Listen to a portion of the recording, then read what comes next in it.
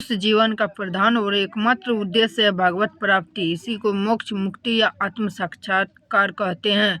अन्य योनियों में इस उद्देश्य की सिद्धि नहीं होती, इसीलिए इस मानव योनि की विशेष महत्ता है और इसीलिए अनुभवी ज्ञानी सभूतपूर्वों के हित में रत महात्मा ऋषियों मुनियों ने जीवन के आरंभ से ही नहीं, धन काल से ही गर्भाधान को भी एक पवित्र संस्कार का रूप देकर मानव जीवन को ब्रह्म प्राप्ति या भागवत प्राप्ति का साधन बनाने का प्रयत्न किया है।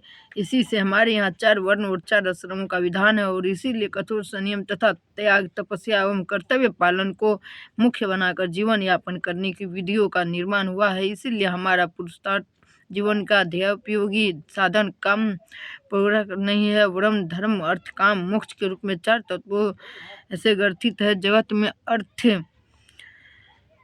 काम, भोग की आवश्यकता है, इसीलिए उसकी अवहेलना नहीं है, परंतु वह अर्थ, काम, भोग से नहीं है, वह है धर्म के द्वारा अर्जित और नियमित, इसीलिए उसका परिणाम मोक्ष है। धर्म से अनियंत्रित अर्थ और काम तो महान अनर्थकारी दुखों पर गीता के भाषा में दुखी योनि जीवन को पतन के गंभीर गर्त में गिराने वाला होता है। वह मानव को मानवता से गिरा क्रूर, पिशाच और भोग परमत असुर के रूप में परिणत कर मानव जगत को हिंसामयी, क्रूर, असली बना देता है। सर्वत्र यही हो रहा है और यह मोक्ष कामना शून्य तथा धर्म से अनियंत्रित स्वच्छंद अर्थ काम की अभिलाषा ही अविद्युत परिणाम है। इसीलिए मानव को अपने जीवन के प्रधान लक्ष्य तो कभी भूलना ही नहीं चाहिए। श्रीमद् भागवत में अवधूत के वाक्य में